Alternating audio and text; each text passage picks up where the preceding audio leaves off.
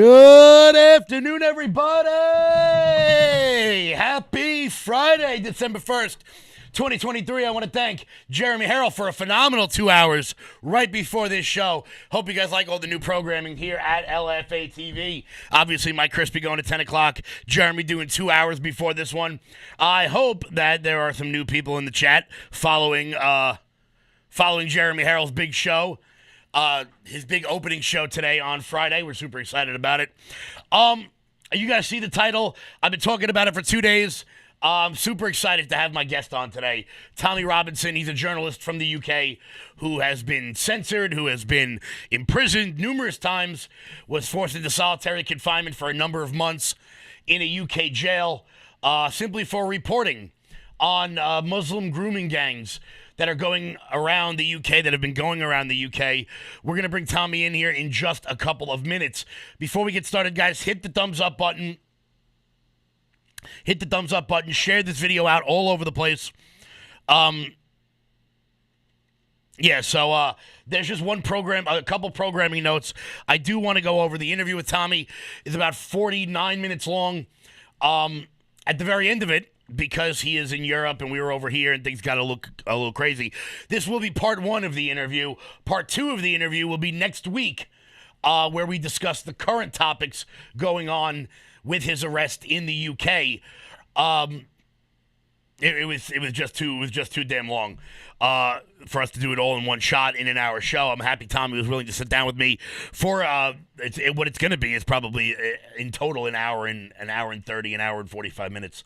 So I want to thank him for that. I've been a big fan of his for a number of years, and I'm happy to follow his story and bring it to you guys. Tommy Robinson and I discussed something called the Rotherham rape scandal, where and this did not get the global attention that it should have. We discussed this in great detail.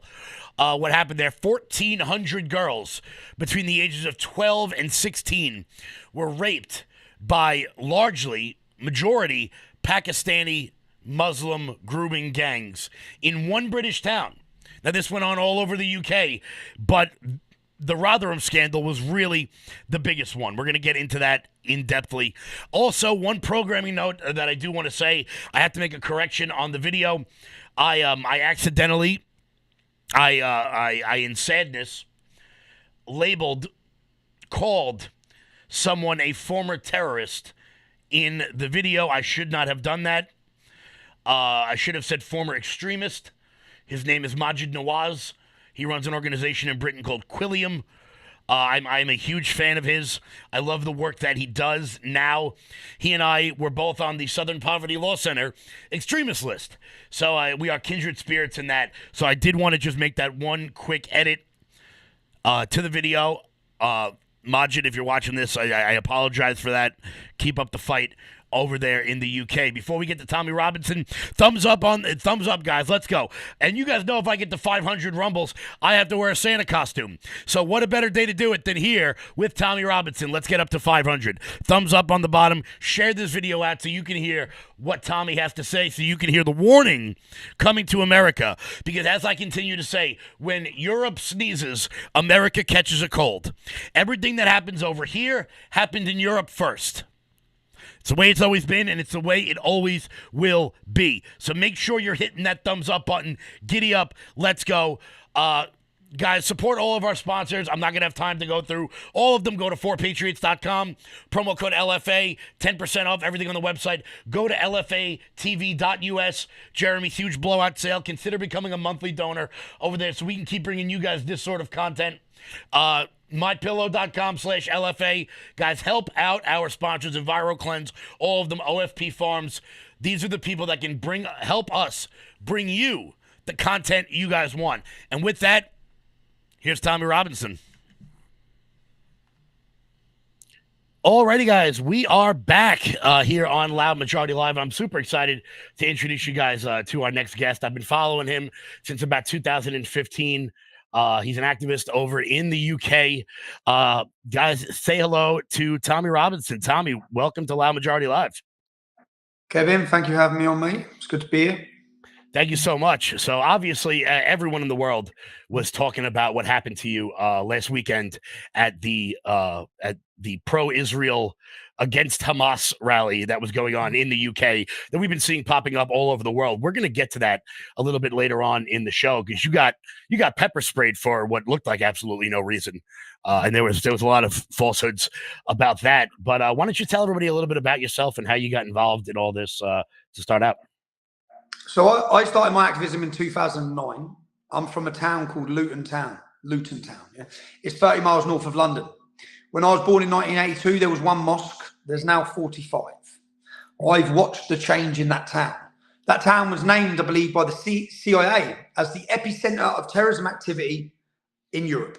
So it's a breeding ground for radicals, jihadists, literally. So that's where I was brought up, and I've seen lots of problems around Islam and the Islamic community.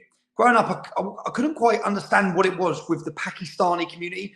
They were very different. So people understand the demographics of the town. It's a multicultural town. It's got, if you line all my sons up, the majority of us are sons of immigrants. My mum was an Irish immigrant, St. Lucian, Bulgarian, Italian, Jamaican. But all the communities pretty much get on well. They integrate, they assimilate. They're all groups of friends of each other. But one community refused to do that, refused to assimilate. And there was there was like a hostile aggression from them. Not every one of them. Yeah, not every one of them. I'm talking per se. Yeah, some of the best people I met growing up in that town have been Muslim lads. But there's a problem. When we went into school, in my high school, you have the Muslim playground and the non-Muslim playground. We didn't create that. We've all got it on together. So I started my activism in 2009 when there was a soldiers' homecoming parade, and groups of jihadists confronted it, attacked it, called our soldiers butchers of Basra, spat in the soldiers' mums' faces. And it wasn't the fact that they'd done that, because we know who those groups are. I've gone to school with them. Yeah, we know how radical and their mindset of Islam. So it was the fact that our councils allowed them to do it. And by this point in 2009, I'd studied a lot of Islam. And I'll tell you why, because when the Beslan school massacre happened, do you remember the Beslan school massacre? Mm-hmm. It was in Chechnya, where jihadists took over a school, and the parents come outside the school because they knew their children were all held hostage inside. And the parents fall to their knees as they can hear their children being murdered. It was something that I watched. It was a moment that really changed my life, because I watched it and I watched the parents. And then I thought, this isn't one man that's done this. This isn't someone who's insane that's done this attack. There's groups and lots of them that have done it. Where can that hatred come from? And then about 2 weeks later, I saw a group of Muslims in a chicken shop in my hometown online saying that an attack like that would be justified on a school in the UK. That was the point I started looking into who that group was.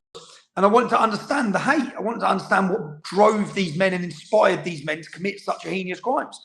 And that's when I started looking at Islam and understanding Islam and understanding the hatred that was coming from it. I looked at the Quran, I looked at the Hadith, I looked at who Muhammad was. So I versed myself, and in 2009, Soldiers' Homecoming happened. I formed an organisation called the United People of Luton, which then grew into the English Defence League. The English Defence League was a largely young male group of men who targeted towns and cities where things were happening, where the government and the police and the media were refusing to cover them. One of the main things I'm known for, and it happened to my cousin growing up, and many people around the world now know of a crime called grooming. Yeah, it's a polite word they've given it. It's a crime where large groups of Muslim men, predominantly Pakistani, together work to get young girls, English girls, to treat them and give them money and influence to then gang rape, torture, and in many cases murder. Yeah, that's called grooming. What it actually is a rape jihad. So we started targeting that, and when we first started targeting those gangs and those towns and highlighting it, everyone said we were fear-mongering. Everyone said, I remember sitting on Jeremy Paxman. Jeremy Paxman was the main BBC News host. I remember sitting on there telling him when I was young, it was in 2010, and he rubbished me and belittled me. And that interview has not aged well for him at all, because after 4 or 5 years of activism, if you look, when the English Defence League started here, there's a straight line of the amount of Muslims who are being arrested. We start here, then it goes through the roof. Yeah. So your audience can understand the demographics.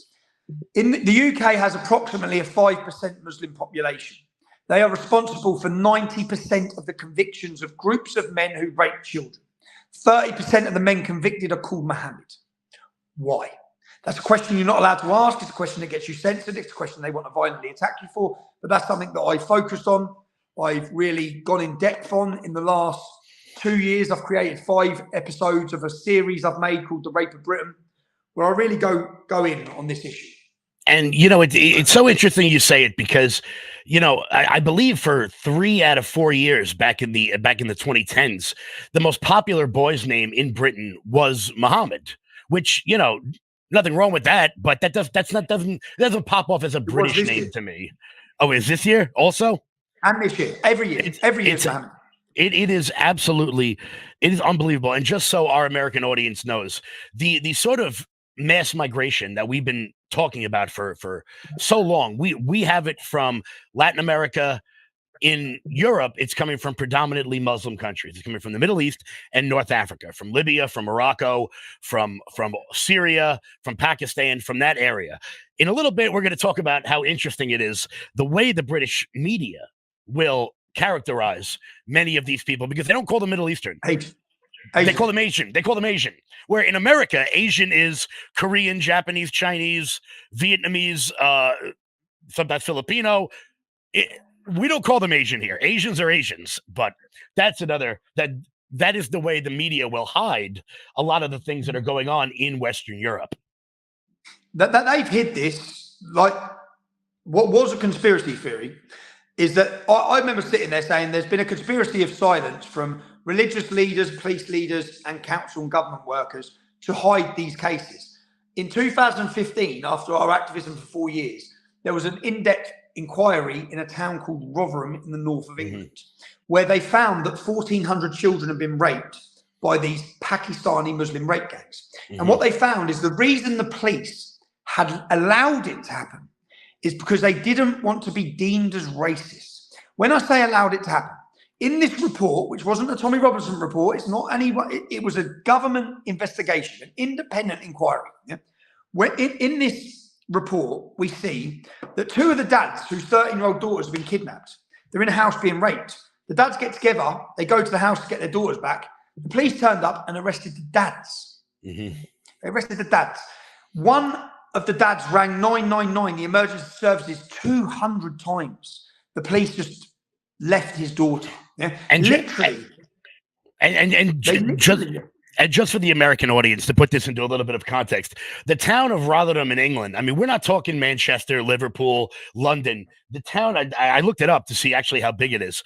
It is a population of 260,000. That is roughly, for the American audience, that is the same size as Fort Worth, Indiana. And over the course of, well, according to the government report, from 1997 to 2012, 1,400 girls in one British town were raped by these grooming gangs. And I want to be clear, this is just the biggest one. This is one of those stories that we were talking about it before, why this didn't get international attention. It's almost so unbelievable that people find it hard to believe. But this didn't just happen in Rotherham. This happened all over Britain. If you go on Wikipedia, we'll use Wikipedia for argument's sake, and you scroll and you just look and say, also search for Newcastle, sex abuse scape, North Wales, Oxford, Rochdale, Huddersfield, Derby, Manchester. This happened all over the UK, and no one said anything about it. Every single town and city within Islamic community, they were raping kids in their thousands. Now, when you look at Rotherham, Rotherham's been used as a scapegoat city, as has Telford. I done my investigation recently. I spent 12 to 18 months with 12 victims. I'll call them survivors because they're not victims, they've come. But I spent 12 to 18 months and I sat them down and got them to tell me their stories individually. I gained their trust. I spent a lot of time with them. And I got a 4-hour interview, a 5-hour interview, a 6-hour interview, multiple times. We pieced it in proper investigation. You can watch this. It's on Rumble, Rape of Britain, Tommy Robinson, episode 1, starts at episode 1. We've got a 5-part series. The girls tell us their stories. When the men, we compiled a list of 254 men who in that town have been raping girls. Yeah. The police investigation compiled a list of 200 men. The independent inquiry, 360 men. There's only a 1.7% Muslim population of this town. It's a small town. That means there's 3,500 Muslims. When you get rid of the women, you get rid of the under 16s and you get rid of those 70s. You get the men that fit into the age bracket of the rapists. There's 1,000 men. We identified 254 of them. 25% of that population of Muslim men. That's just that we identified. That's just who we identified. Now, out of the police investigation, they charged 11. The police have told us they identified 200. They charged 11.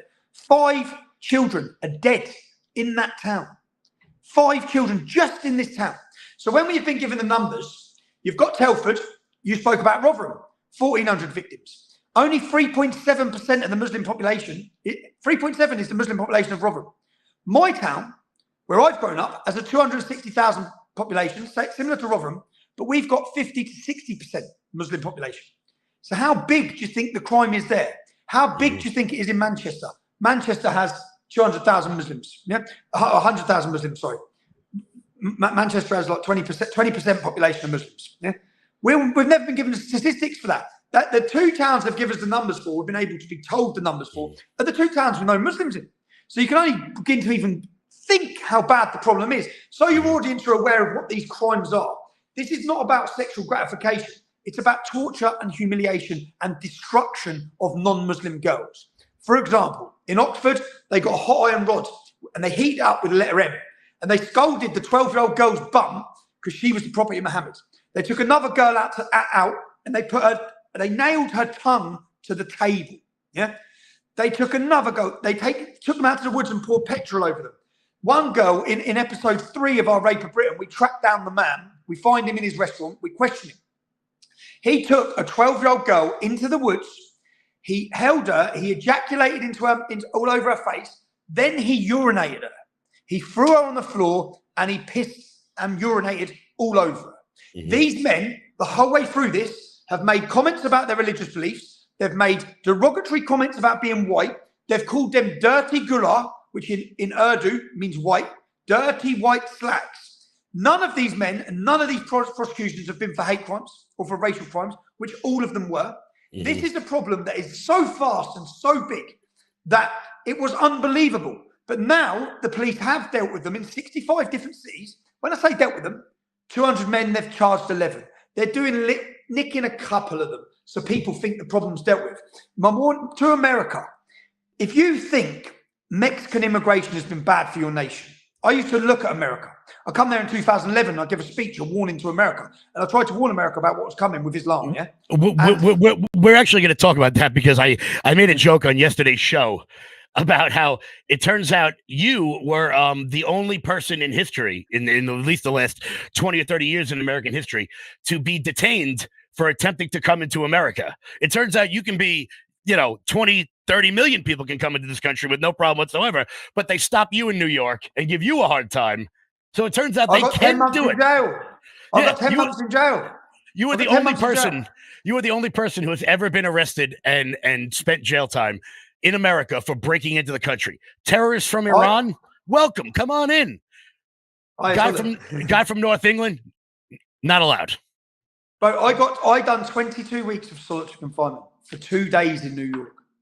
And do you know what? If I knew I was going to get 22 weeks solitary confinement, I'd stayed for 2 months. I'd have seen America. But I've got 22 months solitary confinement. And I come to give a warning to America. And the reason being that I wish someone come to my town 30 years ago and warned me what was going to happen. Yeah, I wish someone had enlightened us to how dangerous this ideology is. Now your borders, since Joe Biden's been in power, and your borders are open to millions and millions and millions. You are now having Afghanis, Somalis, Eritreans, Pakistanis.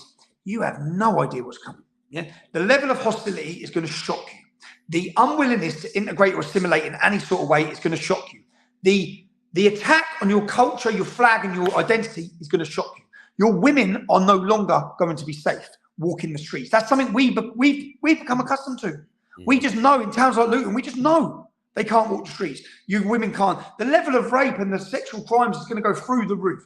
But that's the warning to America. But that is what I mainly focused on, the grooming gangs. I turned from street activist in 2015. I become journalist, and I started then realizing that we're out on the street, but the power's here. The power's reaching people in their lounge and home and talking to them and a lot, enlightening them and waking them up. I then realized that I need to let the world see what I've seen. I need to make them understand what I've understood. So I started my journalism with an organisation called Rebel Media, based out of Canada, and I blew up to probably one of the most watched journalists in the world at that time. I remember 60 million people watched my videos in 4 weeks. I was on Twitter at the time. I amassed 1.2 million followers on Facebook. When I used to go live, I'd have 30,000 people watching me live. And then the government come down on me like a ton of bricks. They have done from the start, imprisoning me, attacking me, silencing me, censoring me. And we're going to get to that. And we're going to get to that in a minute, because a lot of people don't understand that America is very unique in our freedoms. That, you know, I think that a lot of Americans take for granted our ability of freedom of the press and freedom of speech, which, you know, as much as I love the rest of Western civilization, and I haven't been there yet, but I hope to make it to Europe at some point. It's just a little bit different. But before we get to that, yeah, well, that's what we're going to get to. Just so you guys know, this is not, you know, this is not the crazy talk of an activist. Okay, this is not just someone's thoughts. In August of 2014, the BBC, which is the government-funded news outlet in Britain, said, quote, "A care worker who worked at one of the children's homes from 2003 to 2007 told the BBC men would arrive almost every night to collect the girls. They had escaped in a range of methods and then were often driven away in taxis. The abuse included gang rape, forcing children to watch rape, dousing them with petrol and threatening to set them on fire, threatening to rape their mothers and their younger sisters, as well as trafficking them to other towns. There were multiple pregnancies, multiple pregnancy terminations, miscarriages, babies being stolen from their mothers. Many of these girls were 12 and 13 years old." This was the BBC talking about this. This didn't come from the Daily Wire or Rebel Media or Breitbart. This is the government's own channel where they disseminate their nonsense propaganda, admitting this happened. One more thing. There's a woman named Sarah Champion. She was an MP, which for the American audience out there, an MP is like our version of a congressperson, who admitted that everyone knew this stuff was happening, but they were afraid to come out, as they were afraid to appear racist. That is the depth of political correctness, where you can't call out the mass rape of girls all over the place. And when Tommy says that the majority of these men were Pakistani British men, there's an institute in the UK called the Quilliam Institute. It's run by Maajid Nawaz. He is a former, I guess the softest way to say this, he's a former terrorist, almost. I don't want to, label him that. But he was a former extremist. That's great. He hosted a radio show in Britain. He now de-radicalizes radicalized Muslims in the UK. His institute put out a report that said that 84% of the people that were taking part in these grooming gangs were Pakistani Muslims. So this is someone from their own community admitting that this stuff is happening because of mass migration, because people were afraid to come out and just say what they knew to be true. They were afraid to be labeled racist. And that's why on this show, we say it all the time, don't ever censor yourself. Don't ever censor anything, because you don't know who you could be saving. Moreover, the BBC, the government-owned television station, made a documentary in 2017 describing what happened in the Rotherham scandals. So this is not like, oh, the government denies it and we don't have all the facts and it's misinformation. Theresa May, who at the time was the former Home Secretary in the UK, she went on to become Prime Minister. She led the investigation into what happened in Rotherham. Am I correct? Yeah, and also it's like, if you want to understand the power of political correctness, say that out loud. Every police force, not one, every police force in every city refused to help children who were being gang raped and tortured. The reason being, they didn't want to upset the Muslim community, the multiculturalism, the utopia that they're left are trying to create. Yeah, open border immigration. Anyone who speaks against it is destroyed, lives destroyed. But that is the real level of it. And even when it come out, it's like you hear about that. They said for community cohesion, like they didn't want to inflame racial tensions. If 1,400 children were raped just in Rotherham, they've all got 3-4 family members. That's 10,000 people directly affected by these gangs just in that town city. This is the reason when I set up the English Defence League and started highlighting these issues, we were the fastest growing street protest movement there's ever been. Yeah, we spread to every town and city in months. We had numbers on the streets. It was like a phenomenon that swept the country. The government didn't know what to do. The police didn't know what to do. And only then, it was only because there were thousands of young men ready and willing, hitting towns and cities, screaming about the rape of our daughters. Then they started tackling it. They were forced to. They had to. So we had the world's media attention. We had banners saying our daughters are not halal meat. I give speech after speech saying they're raping our daughters. They're collecting them from schools. They're turning up and collecting the kids from schools. And the thing that they do, it's like a lover boy method. They get the girl, it's a 30-year-old man, they get a 12-year-old girl. That many of these children are from poverty, yeah, the kids. They're not from well-to-do families. They buy them trainers, they give them a phone, they treat them, they give them alcohol, they give them cigarettes. They turn them slowly against their parents. Your parents think you're a little girl. They don't trust you. And then the kids start arguing at home and rebelling. And then before they know it, they think they're in a relationship. He tells her he loves her. He gets her. Then, bang, she gets raped by 10 of them. That's what we see. There's houses. There were houses where the men were queuing down the stairs, waiting to go in one by one whilst they destroyed these little girls. And they destroyed them. And there's so many of these rapists. As I said, in Telford, there's 189 who haven't faced prosecution. In those men that we find, one of the men is preaching in the mosque against grooming. He's one of the main groomers. The council and police are in bed with them. This is a crime that no one's ever seen before. In the sense, there are paedophiles, dirty, strange, weird, sexual, disgusting paedophiles. This was the first time fathers and sons have raped girls together. Brother-in-laws and brothers, uncles, cousins, entire families of men are raping the girls together. There's something very different about the way these men think that it's acceptable within the community. Every time they went to court for these crimes, their community turned up in court to support them. For example, in the town of Rochdale that you spoke about earlier, which is where the BBC made a documentary called Free Girls, the local mayor and the local politician gave character references for the rapists. They didn't lose their jobs. They've been rewarded and gone on to high-ranking roles within the Labour Party. The Labour Party or your Democrat Party. Now, the reason that nothing was done is because the Labour Party become reliant on the block vote from this demographic. And do you understand how powerful they are? You know, it's so interesting.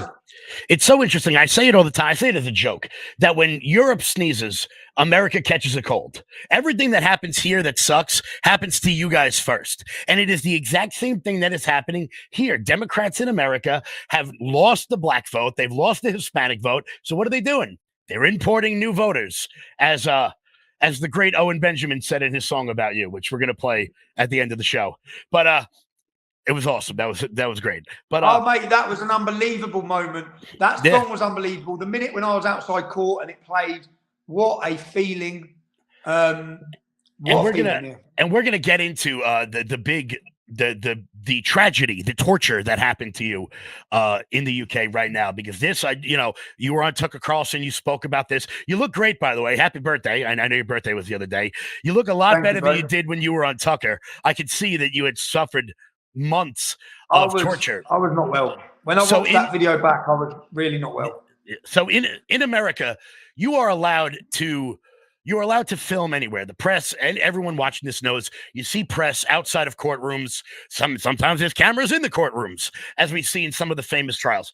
Well, many times in the UK and around Europe, you are not allowed to film anything to do with an ongoing criminal proceeding. They put reporting restrictions on there. They do not have freedom of the media in the UK, regardless of what people want to claim. So in 2018, Tommy, you were filming outside of a courthouse that had to do with the Huddersfield. Huddersfield, am I saying that right? The Huddersfield grooming gang. Yeah. And you were subsequently I'll let you tell what happened next. So you are right about reporting restrictions, but what the government did when they were forced to start tackling these gangs and arresting them, because in the court cases that take 3 weeks, 4 weeks, 5 weeks, every gory detail, you know, the things I've just mentioned to you about the hot iron rod, the tongue getting nailed to the table, the girls getting petrol doused on them, these were coming out of those court cases. So what the men were saying and how racist and religiously motivated the rapes were was all coming out. The government quickly then decided that every case has to face a reporting restriction. What happens then is you have a 6-week trial, no one's allowed to report it. When the men are convicted, you get 1 day's news. And that 1 day's news covers the men have been found guilty and this is how many years they got. No one gets the details. Now, when I looked at this, the transcripts for court cases, which you have to pay for, are only kept for 5 years. So all the court cases that are going on now about the torture, the destruction, the rape, the religiously motivated crimes that are happening, in 5 years after the court case, they will be wiped from history. So so they're not on a computer. You can't. I mean, the transcripts are wiped after 5 years. That's so what they're doing is in 10 years and 20 years and 30 years and 50 years, no one will even be able to review what has gone on here. Yeah. So when they have these reporting restrictions, I went outside the court case. You're not allowed to report anything that's not in the public domain. You're not allowed to assume guilt. I stood outside the court case and I explained to the public, they're not giving you the facts here. Yeah? In towns and cities across this country, men like this are facing court trials. We're not getting the knowledge of what's gone on. Yeah? And as the men walked into court, I made the point they're innocent until proven guilty. What I asked them was, how do you feel about your verdict? That's all I asked. Yeah. Within an hour, the judge had looked at the window. Police had come and seized me. They'd arrested me for a breach of the peace. I was then transported into the court from the police station.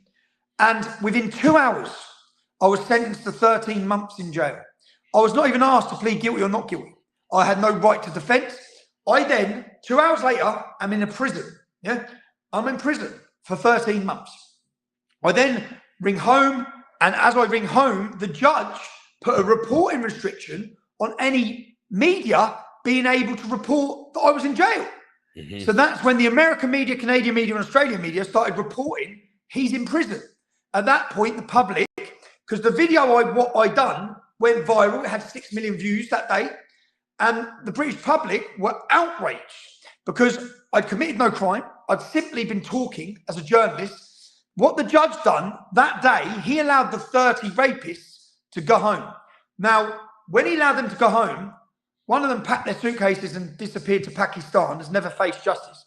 He saw me as a danger and not them. Yeah, he locked me up. Now, it took 10 weeks to get into the Court of Appeal, where when it went to the Court of Appeal, I was released. And I was released because everything they had done was unlawful. But in those 10 weeks, I'd spent 10 weeks of solitary confinement. They'd played mind games like you could not even think of. It was a total attempt to break me and destroy me. Luckily for me, 600,000 people, 660,000 people signed a petition to have me released. Congressman Gosar flew over from the United States. There was a mass rally with 30,000 people outside Parliament. There was demands from the now elected Prime Minister of Holland, Geert Wilders. They were all outside demanding the British government step in, intervene and release me for the non-crime. I was eventually released. And then I was then released and spent a year free. And then, but when I come out of jail, I got made aware that the British Panorama, which is BBC, the BBC have a investigative journalist flagship program called Panorama. And I got made aware they were working on a film called Tommy Takedown. My level of popularity had gone through the roof. People were outraged and I had mass support. There was government paid surveys going out on social media about my support level. They were worried. Yeah, they were worried. At which point they send in Panorama. Now I sent a girl undercover. Panorama are known for undercover stings. I sent a girl undercover into Panorama. I got them creating sexual allegations against me. I got them telling people what to say in interviews about me. I got them banged to rights on everything. And then when they contacted me for my interview, I sat down with them. But I'd put a screen behind me on the wall. And I sat down and said, would you ever tell anyone what to say in an interview, John? John Sweeney was the man, the head of the program. Would you ever tell anyone what to say, John? He said, no, I wouldn't. I just said, press play. It was covert recordings of him telling people what to say about me and striking a deal. Then it was covert recordings of him creating sexual allegations against me. Now, I created my film. Their show's called Panorama. Mine was called Panodrama. I hired a 50-metre screen. I played it to 10,000 people outside the BBC's offices. Every allegation, even from Donald Trump, about the BBC being corrupt, about them being fake news, I proved with covert recordings. Within 48 hours of me proving that and putting my documentary out, I received a letter from the Attorney General to tell me I was being prosecuted for the crime I'd been freed from a year before. They sent me back to jail. In that same week, they deleted me from YouTube, from Facebook, from every social media. They come down on me like a ton of bricks. I had humiliated the government, humiliated their media. In a great, you can watch the documentary. It's called Panodrama. It's on my Rumble channel. And for that, I was enemy number one. I've been enemy number one for a long time. I've wrote a book called Enemy of the State because I've caused them so much embarrassment and humiliation with my exposés and my investigative journalist pieces. Well, in the description of the video, we're gonna have all the links to all of Tommy's channels. I know you're big on Getter. You're big on Truth Social. You're back on Twitter. Hopefully we can get you back on. Hopefully we can get your Rumble page up a little bit because this is stuff that people need to see because there are so few of us with the means, the ability, and the balls to go out and actually do the stuff that, to report back to the rest of the world. And it kills me because I'm an activist here in New York as well. And I know that I am severely outnumbered, just as I know that at the start you were severely outnumbered. And when the government puts that pressure on you, they never let up. They never let up. So for every American, they don't want to silence you. They want to finish you. Just as we're seeing with the January 6th prisoners over here, they just threw them away. That was it. You're done. 20 years. He wasn't even in DC. I know. It's just, but that level of, again, I don't know if you're aware, I made a film called Silenced. There was a news story in the UK. The news story was about a Syrian refugee who had a bottle of water poured over him. And it blew up into global, international news, yeah? And the entire story was a fabrication of the truth. So I started getting contact by parents at the school saying it's all lies. I then investigated it. I made a video saying you're being lied to. For that, they sued me through the courts. When they sued me, I then wore a hidden camera. And I went to 7 teachers' houses who worked at the school.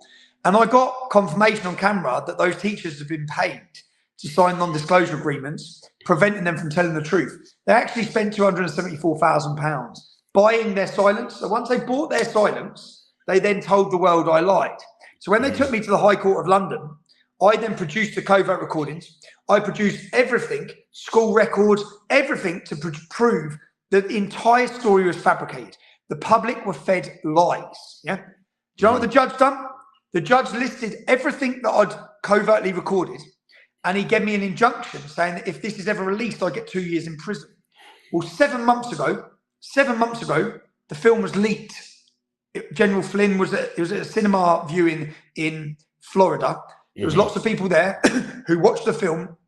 The film shows the unholy alliance of government, media, and the far left. It shows government agencies are involved. It shows the police are involved. It covertly records and tells the entire story of the corruption of the judiciary and the weaponization of the police. Now, so the judge tells me I'll get 2 years in jail. It's leaked. Nothing happens for 6 months. Last month, I left the country. Last month, I'm back in the UK. I decided to organise a demonstration against the pro-Palestinian demonstrators who are destroying our capital city and supporting Hamas. And I can amass, if I ask people to come on the streets, I'm one person who can galvanise numbers of patriots. Within 4, and I also then at the same time was given my account back by Elon Musk, which was a massive surprise.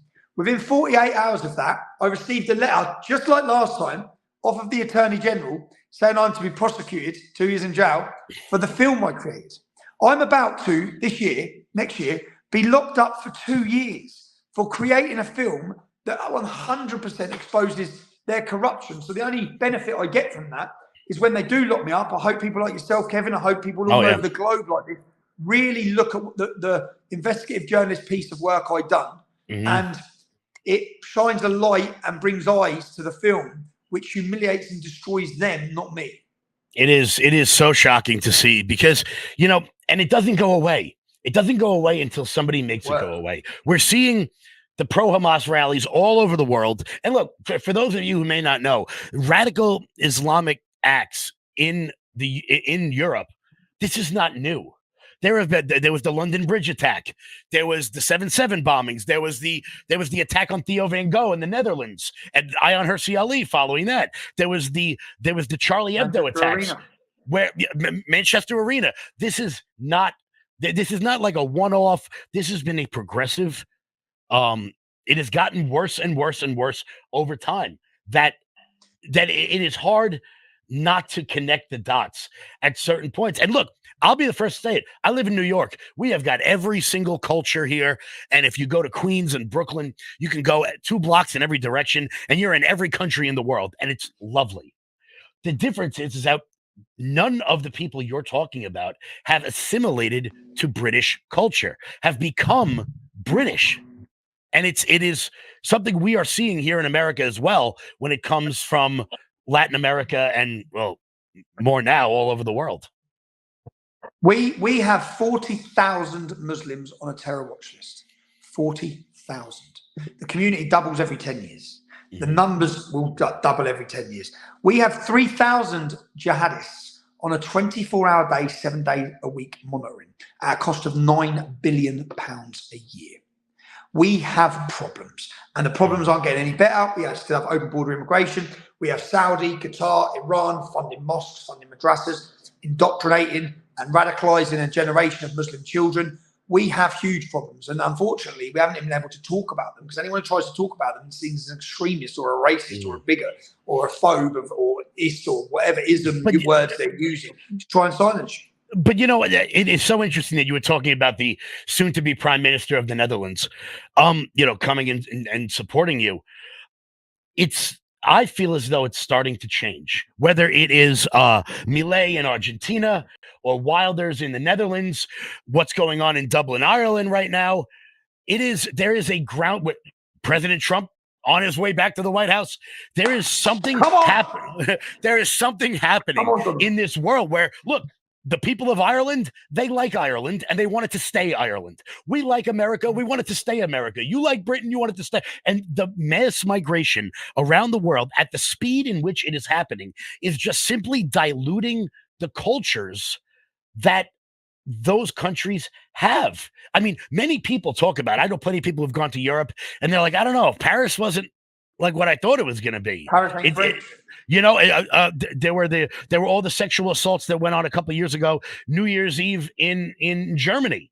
Like it's not what you envision. Like, I have in my brain what I think Paris looks like. You know, everybody's eating croissants and they all got those little hats on.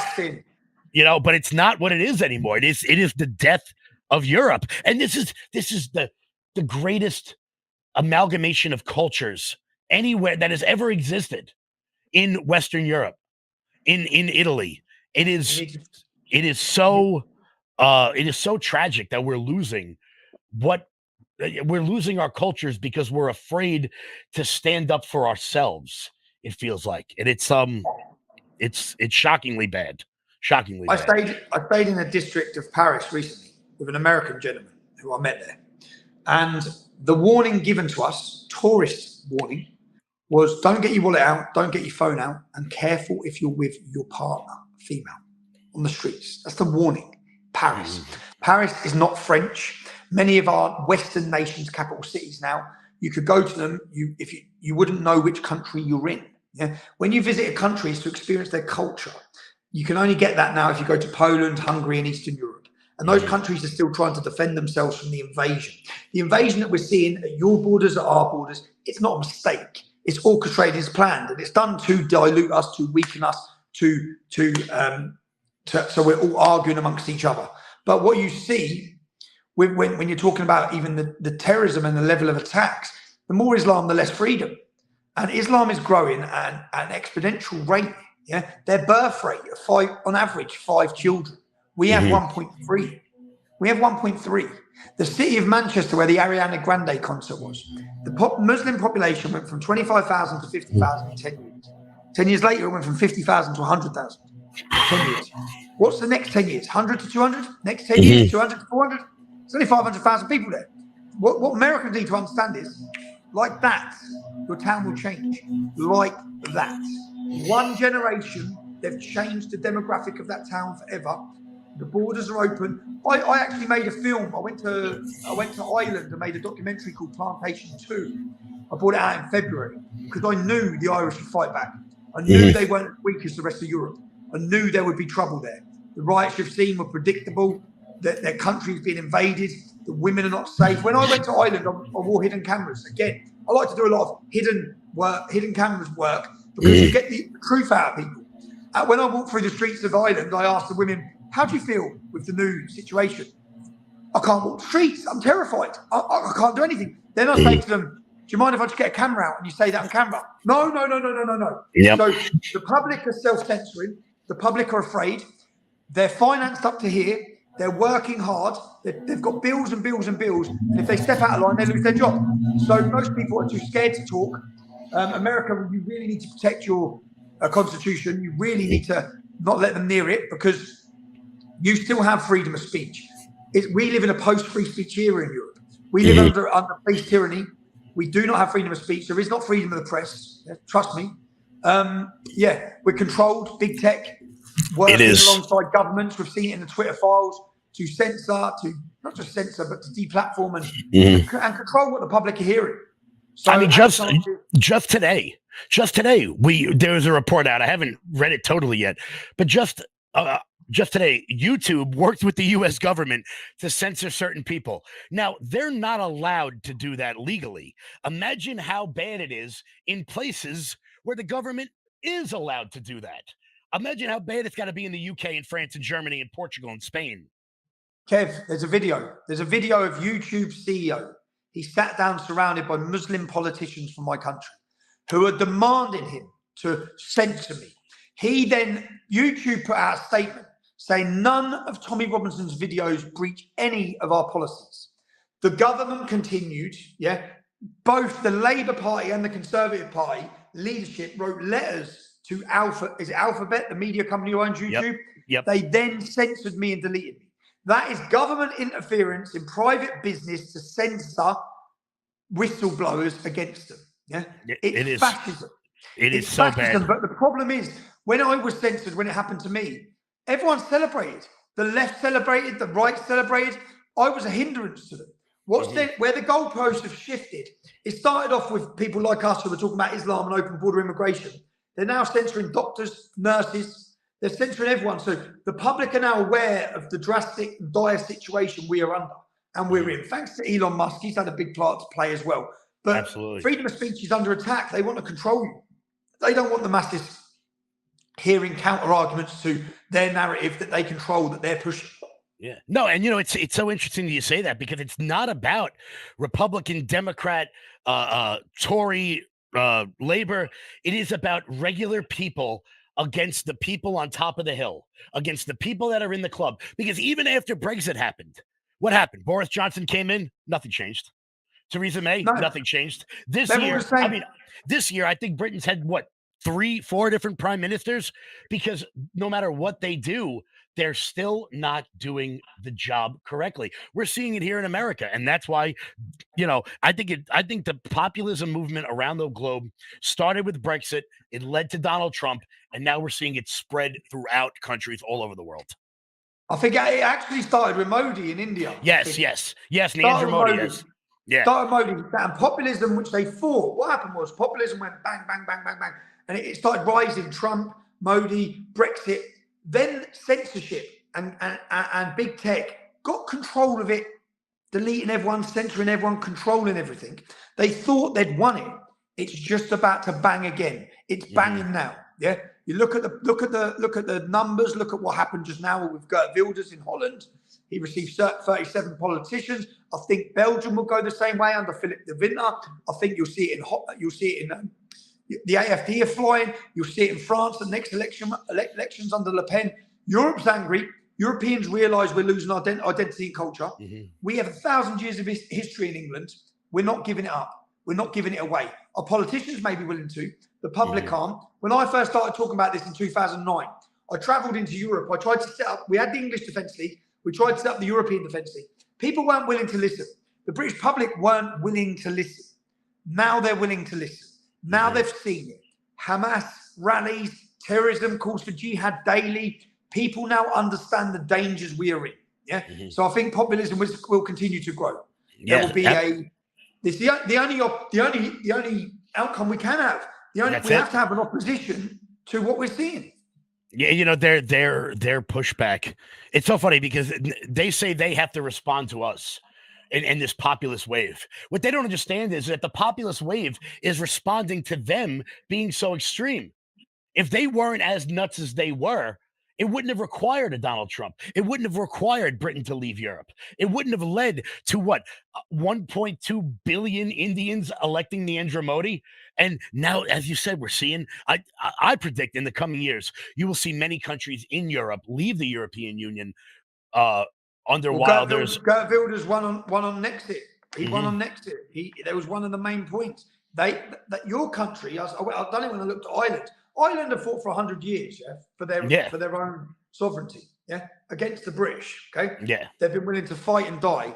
They've given all that over to the European Union, who have opened their borders and flooded them with an invasion of men who are raping the women, murdering their children, and they have no control over it. So just so people in America who are listening, we keep talking about different countries, but in Europe, what they did was, and this is the sort of the softest way to describe it, they tried to create the United States of Europe, with France being one state, Germany, England, Italy, a whole bunch of states together to form one entity that is the European Union.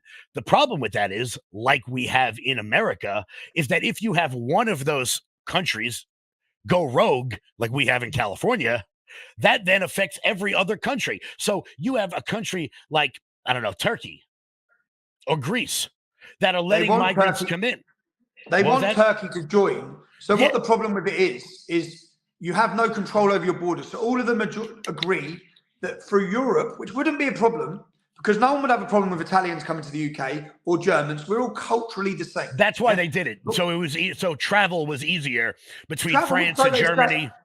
So they say, but at the same time, their goal was to break down your nationalism, to break down your national identity, to weaken it and to replace it with a new flag where everyone's part of this new controlled one government of Europe. That's their goal. And to do that, they have to demonize, slander, make you feel embarrassed, ashamed of your identity, and celebrate all the other things. Now even that you'd battle that, but when they opened the borders, for example, Angela Merkel let 1 million young fighting age Muslim men in. When she done that and opened her borders, they're not just free to go to Germany. They're free to travel to any European country. So as our borders have been opened and millions upon millions and millions of men from an alien culture with an alien mindset who do not believe in freedom of speech, who do not believe in the rights of women, who want to execute homosexuals, who all of these alien ideas to us, we have progressed and come a long way from where we were as Europeans. Then they've gone and brought in loads of cavemen who want to bring us back. And they live by a culture and identity and an ideology which teaches total separation, no assimilation. And it's so interesting because Europe has a far deeper, far bigger, far robust social welfare state than America does. So migrants in America get everything, but in Britain they actually get everything because everyone, you all get health care, you all get college, you all get schooling. There's a lot of things in Europe that every citizen gets. The problem is that they've made life so good in Britain or in all of Europe. Why would they leave? Why would they ever go back to Yemen when their kids are getting free schooling, they're getting free education, they're getting put onto the pension programs? Why would they leave? As you can see there, that's where Tommy's phone died. He had done 4 interviews that day. So that'll be part 1. We're filming part 2 next week. I want to thank Tommy Robinson for coming on the show today, for coming on the show and telling us what's really going on all over the world. We get very bad coverage from what's happening around the globe because of the media complex that doesn't want to tell you what's actually happening. Tommy Robinson has been on the ground. That man has suffered more than virtually any activist, any journalist anywhere in the world. Anywhere in the world. So I want to thank him for coming on. Guys, Tommy's he's on Rumble, he's on Twitter, he's on Getter, he's on True Social. Give him a follow everywhere. Guys, make sure you're hitting the thumbs up button. Share this video out all over the place. Once again, we're going to have part 2 of the interview coming next week about Tommy's most recent incarceration at a Hamas rally where he stood with the people of Israel and the Jewish community in Britain.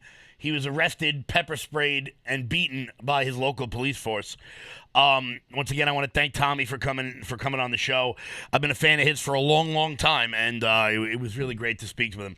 As I said, follow right before his incarceration a couple of years ago, the American comedian Owen Benjamin wrote a remix to the song Hallelujah for Tommy Robinson. Owen Benjamin is absolutely hilarious, and we're going to play it for you on the way out here, guys. Thank you all so much for tuning in, and I'll see you guys back on Monday. This is my thank you to Owen Benjamin in America. Turn it up, Paul! Turn it up! The secret chord at the back.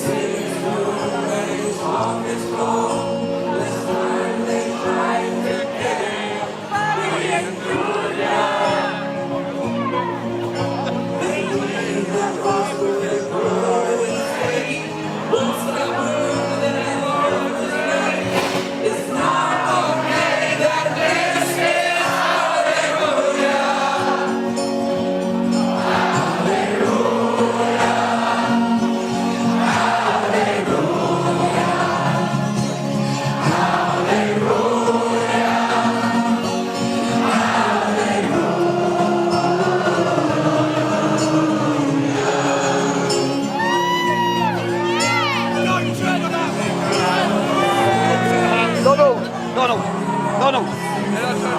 One next to Donald. On my back.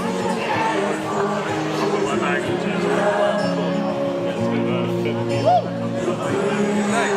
I don't turn the camera